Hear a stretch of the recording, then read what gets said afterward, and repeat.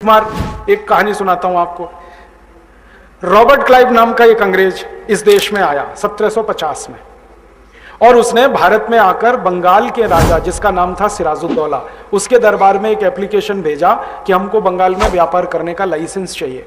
बंगाल उस समय मुगल सल्तनत का हिस्सा नहीं था। अंग्रेजों ने जहांगीर से लाइसेंस लिया था ना, तो जहांगीर का लाइसेंस उतने ही एरिया में काम करता था जहां तक मुगलों की सरकार थी। पूरे देश में मुगलों की सरकार कभी भी नहीं रही, पूरे देश में थोड़े से इलाके में थी। तो मुगलों की सरकार जहां तक थी वहां तो लूट मार कर ली इन्होंने। फिर ये आए बंगाल में और यहां नई सरकार थी, नया राजा था, वहां भी लाइसेंस लेना था इनको। तो सिराजुद्दौला ने मना कर दिया कि मैं नहीं देता लाइसेंस। क्यों? तो कहता मेरे नाना ने मना किया है। सिराजुद्दौला के नाना थे अली वर्दी खां, उन्होंने सत्ता दी थी सिराजुद्दौला को। ये सिराजुद्दौला अपनी उसकी जो मां थी वो अली वर्दी खां की बेटी थी, और अली वर्दी खां को कोई बेटा नहीं था, तो बेटी के बेटे को उन्होंने सत्ता सौंपी थी। तो नाना ने कहा था कि देखो, जिंदगी में कभी भी किसी पे भरोसा करना, अंग्रेजों पे मत करना, क्योंकि ये कौम भरोसा करने लायक नहीं है। ये हाथ पकड़ेंगे तुम्हारी गर्दन काट देंगे। तो ये समझकर वो बैठा था गद्दी पे। तो जब अंग्रेज आया रॉबर्ट क्लाइव उसके सामने, तो उसने तुरंत मना कर दिया कि मैं तो लाइसेंस नहीं दूंगा, मेरे नाना ने मना किया। तो ये बोला रॉबर्ट क्लाइव कि अच्छा तुम लाइसेंस नहीं दोगे तो हम तुम्हारे राज्य पे हमला करेंगे। तो इसने कहा हमले को मैं सामना करूंगा, लाइसेंस नहीं दूंगा, तुम तैयारी कर लो। तो युद्ध की तैयारी हुई, तारीख तय हो गई, 23 जून 1757 को युद्ध होगा। एक तरफ रॉबर्ट क्लाइव लड़ेगा, दूसरी तरफ सिराजुद्दौला लड़ेगा। तो सिराजुद्दौला ने पता कराया कि रॉबर्ट क्लाइव के पास सैनिक कितने हैं। तो उसका दूत गया और ढूंढ के आया तो कहने लगा 350 सैनिक हैं कुल। तो सिराजुद्दौला ने कहा ये तो 20 मिनट में मारे जाएंगे। तो उसने तय किया कि मुझे तो युद्ध में जाने की ही जरूरत नहीं है, मेरा तो सेनापति ही लड़ लेगा जाके। और सेनापति को उसने सेना दे दी, और सेना में 18,000 सैनिक, और सेनापति मीर जाफर पहुंच गया युद्ध के मैदान में। अब रॉबर्ट क्लाइव ने जब देखा कि इतनी बड़ी सेना है तो उसके हाथ पैर फूल गए, और हाथ पैर फूल गए, उसको लगा कि मैं तो मारा जाऊंगा। तो उसने एक चालाकी की, सेना के सेनापति को चिट्ठी भेजी मीर जाफर को कि तुम मेरे से दोस्ती कर लो, संधि कर लो, तो हम युद्ध नहीं लड़ेंगे।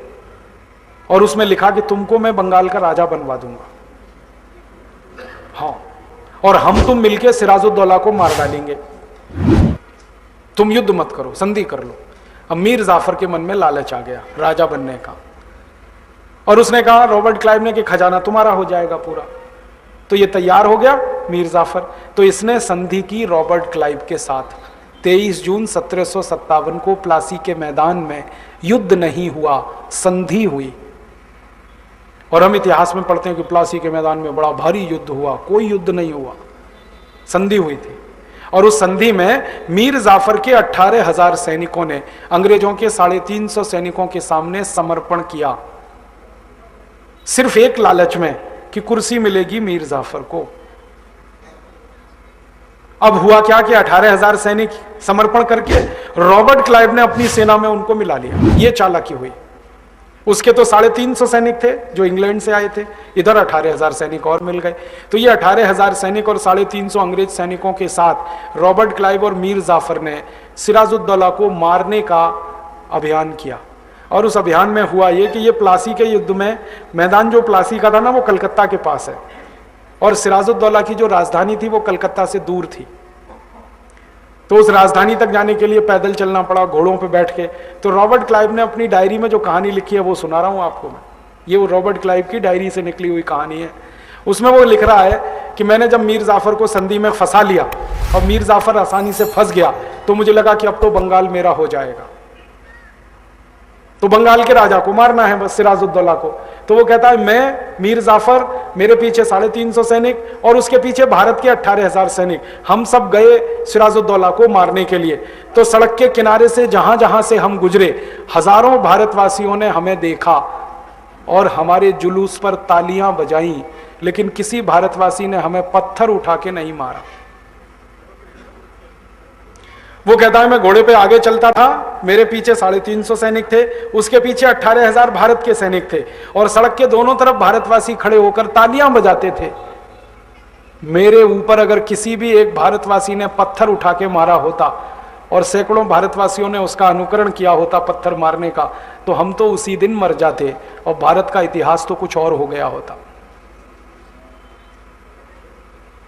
लेकिन चूंकि किसी ने पत्थर नहीं मारा, हम बढ़ते गए बढ़ते गए बढ़ते गए और एक दिन जाकर हमने सिराजुद्दौला को मार दिया।